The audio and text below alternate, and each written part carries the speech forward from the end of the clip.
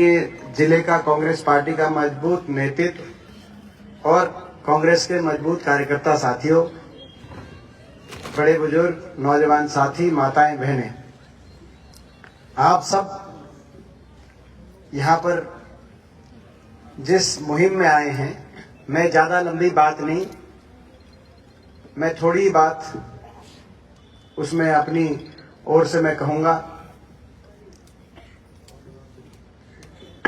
ये सही बात है। अभी बात हमारी मनीषा जी ने एक बात कही कि जन भावनाओं से सरकार नहीं बनी, इसलिए जन भावनाओं की कदर नहीं कर रही। ये बहुत बड़ी बात है। ये बात सही है। जब नतीजा हरियाणा का, उसी समय से आपके दिलों में प्रश्न चिन्ह थे, सवालिया निशान थे कि ये क्या जो सरकार बनी है ये जन भावना से बनी है कि नहीं बनी। धीरे धीरे बातें सामने आई और आज राहुल गांधी जी ने जो प्रेस वार्ता करी और उसमें सारे तथ्य प्रमाणों के साथ वोटर मतदाता सूची में चुनाव आयोग से मिलीभगत कर, अब लोकतंत्र को बचाने के लिए लड़ाई आपको और हमको सड़कों पे आके लड़नी पड़ेगी। भारतीय जनता पार्टी ने जिस तरीके से पूरे प्रदेश में साम दाम दंड भेद का प्रयोग करके चुनाव के नतीजे को प्रभावित करने का कार्य भाजपा कर रही है, व्यापक स्तर पर यंत्र मंत्र तंत्र का प्रयोग करके भ्रष्टाचार से अर्जित किए गए अरबों रुपए और भ्रष्टाचार से अर्जित किए गए पैसे का चुनाव में, चुनावी प्रक्रिया में दुरुपयोग करके आज आप इस बात से अंदाजा लगा सकते हैं जो डिक्लेयर्ड एसेट हैं, भारतीय जनता पार्टी के जो डिक्लेयर्ड बैंक अकाउंट हैं, देश की सारी बाकी राजनीतिक पार्टियों से 100 गुना तो उनके डिक्लेयर्ड बैंक अकाउंट हैं। इतना पैसा उनके पास है डिक्लेयर्ड, और जो डिक्लेयर्ड नहीं है उसकी तो क्या गिनती। और इस पैसे का प्रयोग कहां होता है? इस पैसे का प्रयोग सत्ता में रहने के लिए होता है। जहां सरकार बन जाए किसी विपक्ष की पार्टी की, वो सरकार गिराने के लिए होता है। और जब चुनाव आ जाए तो चुनाव में अंधा पैसा मीडिया को प्रभावित, सोशल मीडिया को प्रभावित, इंडिपेंडेंट उम्मीदवारों को पैसे के बल पे खड़ा करना, चुनाव की मैनेजमेंट करना, पैसे का बड़ा खेल, हर तरीके से आज लेवल पे प्लेइंग फील्ड नहीं रह गई। जो समान अधिकार, समान अवसर होना चाहिए राजनीतिक दलों को प्रजातंत्र में संविधान के अंतर्गत जो आदर्श और जो मूल्य स्थापित किए गए हैं, आज उन मूल्यों का कोई स्थान, भाजपा की सत्ता की भूख के आगे उन आदर्श, उन मूल्यों का कोई स्थान नहीं रह गया। इसीलिए जनता की आवाज दबाई जा रही है, इसीलिए जनता की परवाह नहीं की जा रही। ये जनता की आवाज बचाने के लिए लड़ाई है, कोई सत्ता के लिए हम लड़ाई नहीं लड़ रहे। 750 किसानों ने अपने जीवन का बलिदान दिया किसान आंदोलन में, मगर ऐसी सरकार जिसको परवाह नहीं।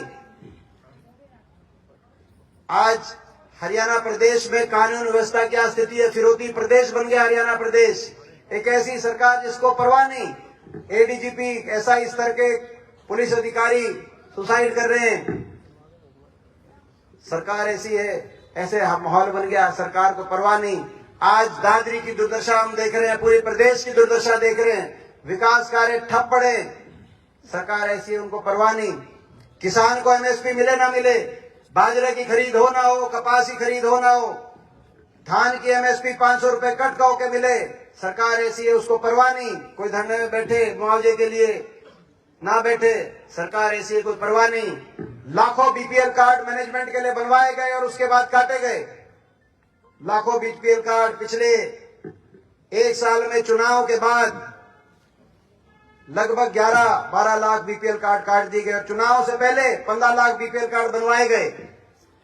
एक राशन बांटा गया चुनाव से पहले 5 साल की वोट, और उसके बाद 11 लाख बीपीएल कार्ड कटवाए गए।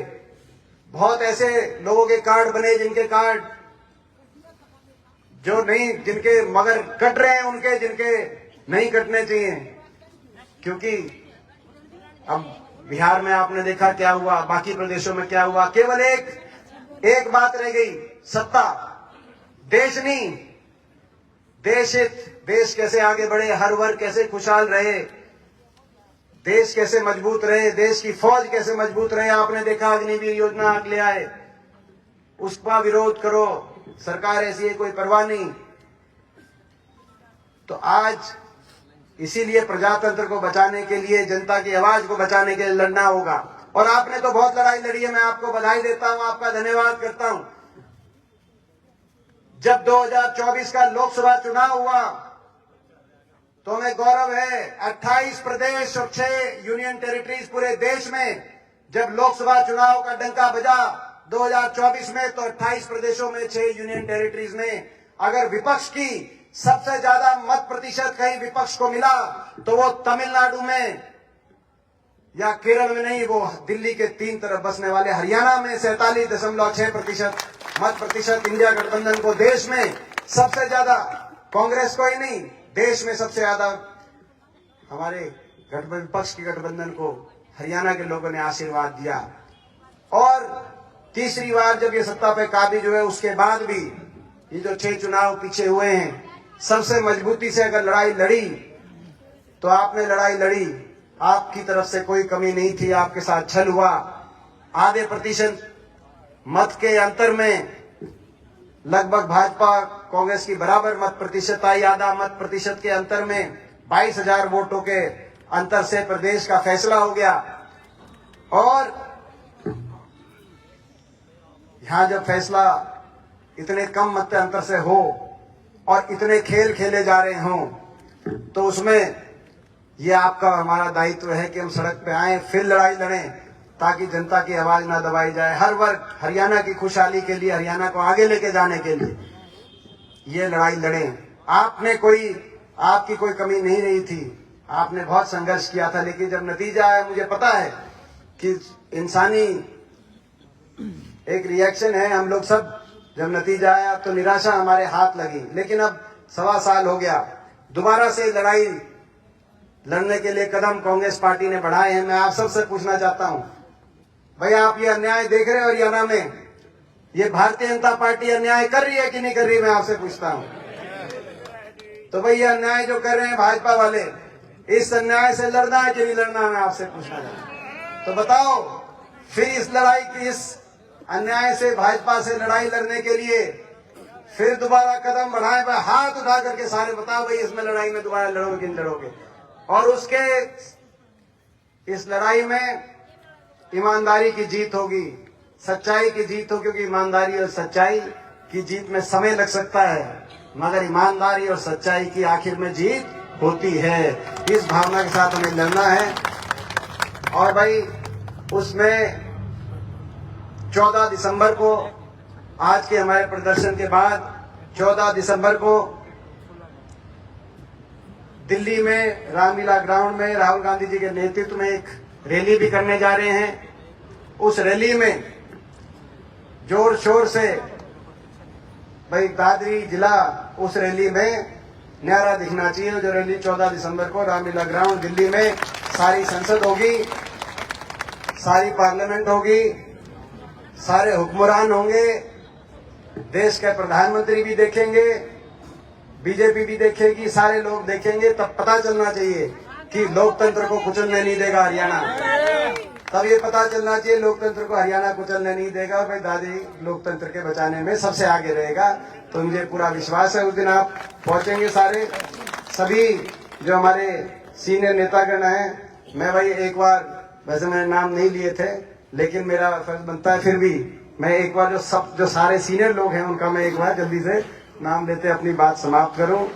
हमारे जिला अध्यक्ष हैं सुशील जी, मनीषा जी।